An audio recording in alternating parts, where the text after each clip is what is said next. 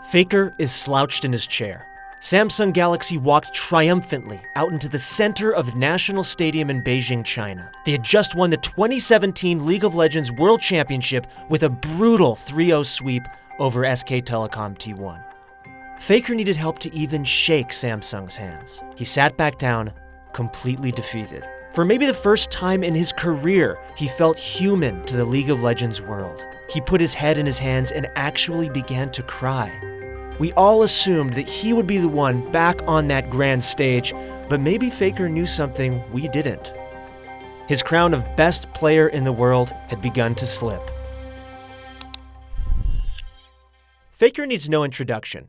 His outplays are legendary, but since 2017, Faker has been a shade of his former self. He couldn't carry SKT in 2018, and his revamped roster isn't the most dominant team in Korea.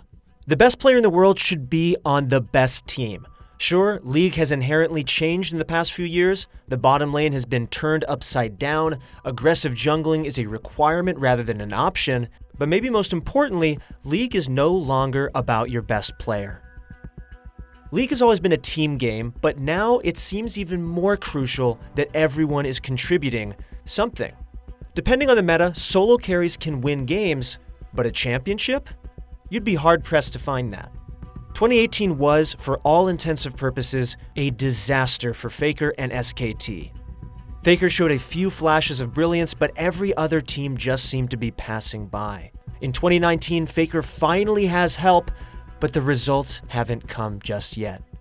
There is one clear team in Korea that has the look of the best team in the world, and that is Griffin. The new Kings of Korea had their first split in spring 2018. They were incredible. The team burst onto the scene with a 14-0 record in the spring and almost continued their domination into the World Tournament. The team had a few insane games and team fights over the course of the year. As Kara cannot do anything to answer, and Griffin, they may have just won the game off the back of Chovy. That's the double kill, Tucson. He's looking for more, and there's the triple. Chovy, the 17-year-old, the youngest man in the LCK. Followed by a few heartbreaking defeats to not make Worlds. It's the time. Oh, Crown goes forward. He's got 5 minutes of stasis, but will it matter? Look at the wombo from the Vlad, and Chovy gets on in there. The fear takes down 2. Crown is too low, but look at Ruler. He's able to take down 2, and Chovy gets the ultimate on in. Chovy disappears, and it looks like Genji may have to stun it. Ruler is alive. Griffin's season ended in their loss to Genji with no Worlds trip for the upstart Korean juggernaut. For Korea, it seemed like they didn't send the best team fit for the meta to Worlds. For Griffin, it might have been the best thing to happen to them. The team was fully motivated heading into spring of 2019 and started the season with a bang. Griffin's top laner Sword is their fill-in-the-blanks guy. He never cares if he dies, just that the team is succeeding off his death. He is the thankless player that every team needs to succeed. The bot lane is led by ADC Viper and support Lahens.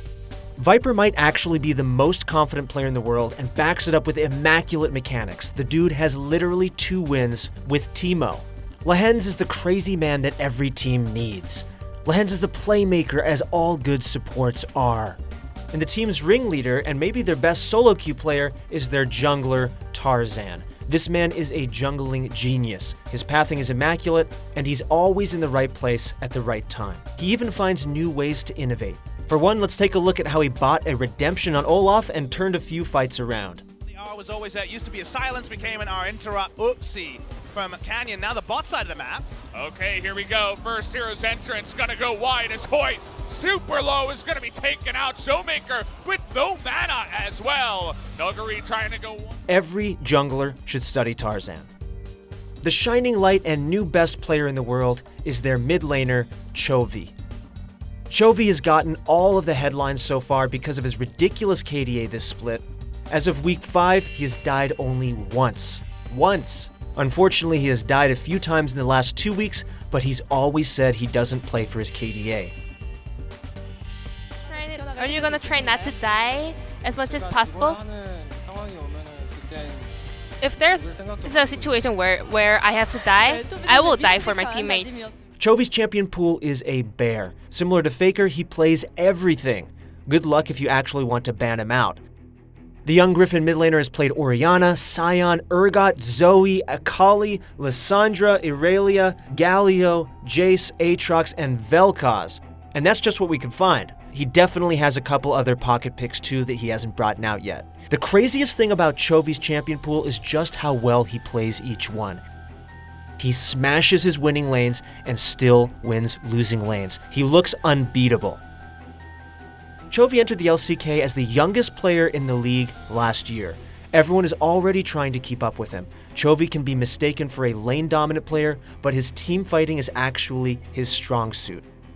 Lane-wise, he does everything right. He controls the minion wave perfectly, plays aggressive when he has to, and always knows his limits.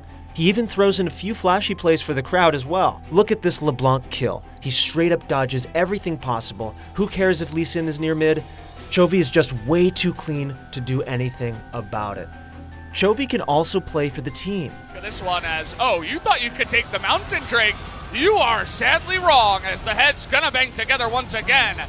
Ghost in a lot of trouble, trying to get on the back line is Summit, though. As Shen, getting extremely low, they're able to chip him down. Is the side of Sandbox going on in. And there goes Chovy on the back line. He takes out 2. No matter what champion he is on, he knows his objective. Depending on what champion he plays, it changes what he has to do in a team fight. We already know about his Akali, but what about Zoe? Just look at his positioning in the early game skirmish. Big knockup, though, onto the Nocturne, and they're just going to take him out, as Chovy does get the big pick there. Nicely done by Sword to help him. He's just going to flash the wall, as now Hoyt has made his way in here first. Will they continue up? There's the flash on in. No cask available. Just going to hit the Tom Kent away, but Chovy somehow picks up another kill, and the head flashes for the Devour and saves the Scion. It's an absolute rout. He saves his flash until he absolutely needs to use it and just pumps out damage. Even on champs like Galio, Chovy still finds ways to make the flashiest play possible. Look at him just blow open the game against SKT with a massive triple taunt. Full vision of SKT. Level 6 to as come well. in. Faker's down here as well, though. Spell shield comes down.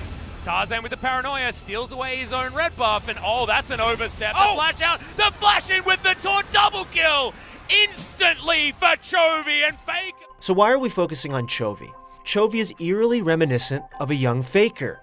He will counter pick you and completely rock the lane, then pick the opposite matchup and then crush you again. He decimates your confidence just like Faker did. Now, most of the mid laners fear this new guy. Faker used to draw all of the pressure from the enemy team and still not die. He created openings around the map by just being better in a 2v1. Chovy impacts the map in a similar way by winning his lane and bringing the pressure to other lanes. When he power spikes with Galio, Griffin immediately looks for a play around the map. If a teammate is losing, Chovy just swaps the lane. He always teleports for the team as well, and he's unselfish, and it shows. Similar to Faker's LeBlanc, Chovy is becoming legendary on a single champion, Akali. Where other mid laners might fall flat, Chovy wins 1v4s. Going to be down, Chovy has a lot of sneakiness, diving on forward, and Bono didn't last a couple of seconds. He's going 1v4. Lava's going to be the first one to go down. Flashes out the way. And with the 9.3 patch absolutely gutting Akali, it'll be very exciting to see what Chovy can do with his signature champion. My bet is that he will stay dominant, just doing it with other champs. The similarities between young Faker and new Chovy are just too striking to ignore. Both really burst out onto the scene very fast, with Faker making aggressive plays that nobody had seen before. I was curious to see how well Captain Jack would do in this lane, because he's been typically a relatively weak lane. Whoa, ambition! What, Faker? With Chovy, he's doing everything you want in a mid laner, he just never seems to make mistakes. Chovy even has an incredible sidekick in his jungler, Tarzan. Where Faker and Bengi were heralded in their 2v2 play, Chovy and Tarzan are that new duo. They make 2v2s look like a walk in the park. And now with no cleanse, no flash, here we go. Canyon trying to get on in, but he's being bursted down. The fear goes through, but Canyon, unfortunately. Soon enough, nobody will want to challenge them. In sports, the word perfect is thrown around too much, but Chovy might be the closest thing to a perfect player. The thing is, Chovy is only getting better. Last year, Griffin obviously had an incredibly disappointing end to their season with no Worlds appearance. Chovy himself took the loss particularly hard, citing his poor play against both Gen.G and KT Rolster.